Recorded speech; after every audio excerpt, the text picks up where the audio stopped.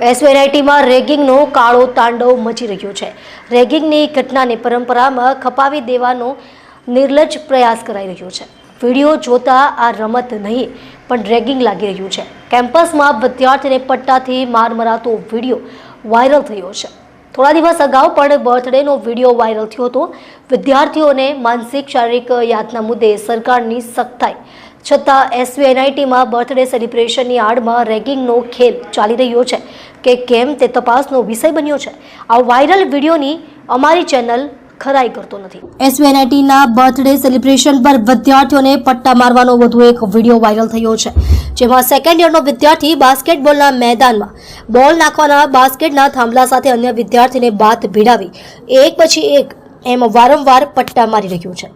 માર ખાનાર વિદ્યાર્થી બૂમાબૂમ કરે છે। જો કે આખી ઘટના જોયા બાદ પણ એસવીઆઈટીના ઉચ્ચ અધિકારીઓ તેને બર્થડે સેલિબ્રેશનની પ્રથા ગણાવી રહ્યા છે, જેને બંધ કરાવી હોવાનું કહે છે। 2 દિવસ અગાઉ એક વિદ્યાર્થીને પટ્ટાથી મારતા હોય તેવો વિડીયો વાયરલ થયો હતો। આ વિડીયો એસવીઆઈટી કેમ્પસનો હોવાનો ખુલાસો થયો હતો। જો કે સૌથી શરમજનક બાબત એ હતી કે સમગ્ર દેશમાં રેગિંગના કડક કાયદાઓ છે, ત્યારે પણ સંસ્થાના કેટલાક સત્તાધીશો આ ઘટનાને જન્મદિવસની ઉજવણીની પરંપરા રીતે બતાવવાનો નિર્દય પ્રયાસ કરી રહ્યા છે।